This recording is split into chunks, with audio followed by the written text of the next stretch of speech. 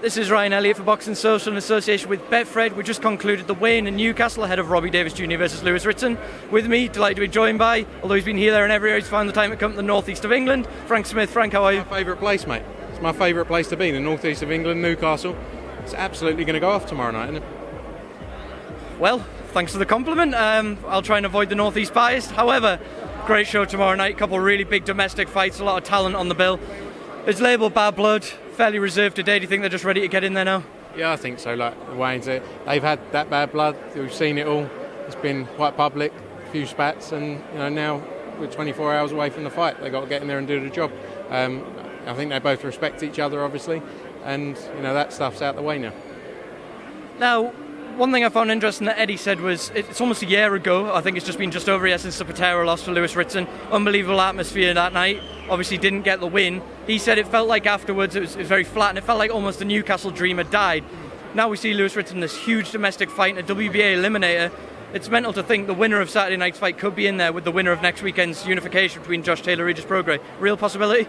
Yeah, look, I think that's the great thing about boxing. One loss doesn't mean it's over for you. You can rebuild, build up your career back from there and get back in there for those big fights. And I think he's always Ritson, along with a number of other fighters. They're actually taking chances, taking big fights. Same with Robbie Davies. They're taking the big fights rather than just coasting through their career and getting the wins.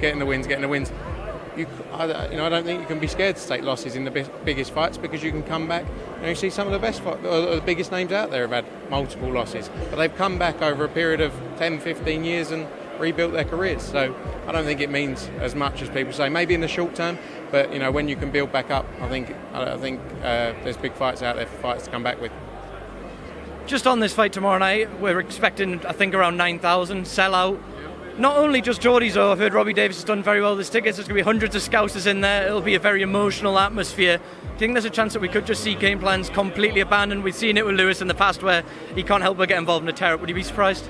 I think it'll be a proper tear-up anyway. It'll be interesting to see how Robbie reacts, obviously going out there in front of a majority crowd, but as you say, Robbie sold a huge bunch of tickets and those travelling fans always make a lot of noise. He's always brought a big audience, so I think it was interesting to see how both guys react. Lewis getting back in there in front of this big crowd, as you say, a year ago, almost to the day where he had that last fight at the arena. So I think it's going to be a proper tear-up. Ted Cheeseman, Scott Fitzgerald, one of the best domestic fights of the year. I was speaking to Eddie about it and I said to him, is there any way this can't be anything other than an unbelievable fight? And he said to me, I'm not going to go on record and say it because I was here with Murray Brasado, but on paper it does look like we're going to get a terrific fight from those two. Yeah, 100%. Both guys coming back. Fitzgerald's had this sort of, come out, obviously got the Anthony Fowler win. He's always been around, but looked great in that fight. Darren Barker's in the background being a child as usual. So, and Ted Cheeseman, he's been quite open, with what's been going on in his life before this, and I think he's finally in a good place with himself. So I think it's going to be a proper war for that one.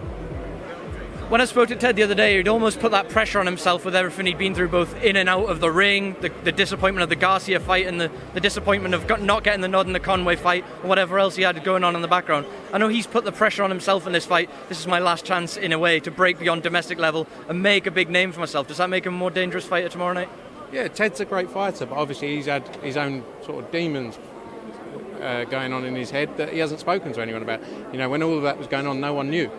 No one knew what he was going through when he was, I think when he had the fight at the O2, when he lost that fight, no one knew what was going through. And now he's had the help. He's got his team around him, got a great group of people around him, and I think he's rather than have the outside pressures that he had before, he can focus all of his pressure, all of his attention onto what he's got in front of him on tomorrow night. So I think that will make a big difference. I think you'll see a big difference in him. But as I said, Scott Fitzgerald, he's come along and really, he's become a star, hasn't he? Especially, he's like social media taking over. Everyone loves him. So I think it's going to be a top quality fight between those two. This one included tomorrow night. There's some great domestic fights to be made in amongst that mix. We've got Ciaran Conway here. I know he says he's desperate for another shot at the British title. The Anthony Fowler fight has been talked about as a natural fight for the winner. Do you think that's a possibility that we could see the winner of this fight go on and face Ant Fowler? Yeah, definitely. Anthony Fowler's come back. He's got some wins now. He's fighting again on our Liverpool show as well. So he's building him, like you say, about taking a loss. If you take proper fights, it's not a problem to take a loss. You can build yourself back up. and you can build back into those big fights again. So yeah, the Anthony Fowler fight is definitely a possibility. As you say, Ciaran Conway, he's going to now build himself back up. He'd come in with relatively little experience when he was in with that Cheeseman fight, and we saw, showed great talent in that fight, and I think he'll come back now and build up from there. Final fighter I want to talk about on this bill, somebody very popular up here, got a great reception today. Joe Laws has always been causing carnage this week. He's shoving people at weigh-ins, he's turning up with a cigar in his mouth, he's calling out Devon Haney. If he keeps winning and he keeps selling as many tickets as he does, is he someone you guys are looking at? Yeah, he's brilliant. He's great value, isn't he? I like the mask. There's something about that mask. He's definitely got something special with him. Keep winning, sells a lot of tickets, as you say. So, very exciting future ahead of him. You've been out in Saudi Arabia looking at how things are getting on ahead of Ruiz-Joshua 2. Can you give us any update on how things were out there? All set to go December? Yeah, obviously it's a huge operation. I think people don't quite realise what's going on in Saudi and in Diriyah. At the minute you've got Riyadh season, which is just starting, and then we're part of Diriyah season. So they've got a team of 3,000 odd people working on building these sites for the Formula E. They've got tennis, they've got the boxing, they've got a number of other events on at the same time as well. So the work going on out there is just unbelievable, and what they're doing to that area, in a space of 2 or 3 months, is quite special. I got a video. I left there Wednesday night. Thursday, I got a video, and they'd sort of doubled the work they'd done within a day. Now it's quite amazing. People saying it's not going to be ready. Honestly, the people the group of people and the team involved with bringing this together, it's quite special, and it's going to be an extraordinary night out there. I don't know if you saw the video I posted, but that's just, I posted a picture as well a couple of weeks before that, where it was sand, where they'd just taken down what was previously there, and it was literally sand. And I walked up and I thought, God, they've got a lot of work to do. But every time you see it, even just in a couple of days, the changes they make, it's quite unbelievable. So yeah, you got the boxing, Formula E, tennis, number of events going on there. So I think it's going to be a great season. There's so much to do there as well, and we'll start releasing more details of what's going on around the fight as well. Here he is. Ben Obama been causing chaos this week, and he's away. I nearly went over when he pushed him. I nearly went over as well. I prefer the hat to the mask. Think something we could see you wearing in the near future? Suit me. Joe, can I have that hat when you're done with it? I think that will suit me. Moving on, I wanted to touch on Alexander Usyk's heavyweight debut, but before we do, I think it's important we address the tragedy, the news that came out a couple of days ago. Sadly, Patrick Day lost his life after the injuries he sustained in the ring. A terrible loss for everybody, the boxing world, more importantly his family, his friends. Heartbreaking situation. Yeah, and it just shows what these guys do, and thoughts with all of his family, friends, everyone involved with him. I think he touched a lot of people, even people he didn't really know. I didn't really speak to him. We obviously didn't promote him, so I didn't know him that well. We know a number of fights, but I didn't know him that well. But I just saw him at the press conference. He had such a nice smile. Looked like just a nice, genuine young guy. Same age as me. He's 27 years old. So yeah, very sad, and we have to work now to carry on developing what we put in place with everywhere we go, make sure it's as safe as it can be. But it just shows, what these guys get in there and do. But as I say, thoughts to all of his family, and you can't imagine what they're going through right now. A very sad situation. Moving on to that Chicago weekend, top in the bill, Alexander Usyk, heavyweight debut, Chaz Witherspoon at late notice. A bit slow to get going, maybe the layoff played a part, but in many ways, normal Usyk performance, took his time, went through the gears, too good. Ready for the big boys now? Yeah, I also think it was a good fight for him at heavyweight, to come out. Chaz was a big guy, and he was throwing those shots out there, and just to see, for him to, obviously, look, he does it every week, he spars these guys he knows, but it's completely different when you get in there, I suppose, for the fight itself, and I think it was a good fight for him to step up into the heavyweight division. Alexander Usyk is a different level of talent. Everyone knows that. So you could put him in there with 99% of the heavyweights, I'm sure, and he'd do what he did. But yeah, now's the time for him to step up. He wants the best fights, he wants the biggest fights. He showed that in the cruiserweight division when he won all the belts, and he's got the same dedication now to carry on into sit into the heavyweights and take over. So it's an exciting time with the heavyweight division. When you look what's out there, you look at the fights coming up, we've got a good few years of big fights for him. Correct me if I'm wrong, but going into the Ruiz-Joshua rematch, I believe Usyk will become WBO mandatory if he isn't already. The IBF mandatory is due to be called. Do you think there's a chance that whoever wins that fight, one of them belts is going to fall loose? Someone's going to have to vacate at some point?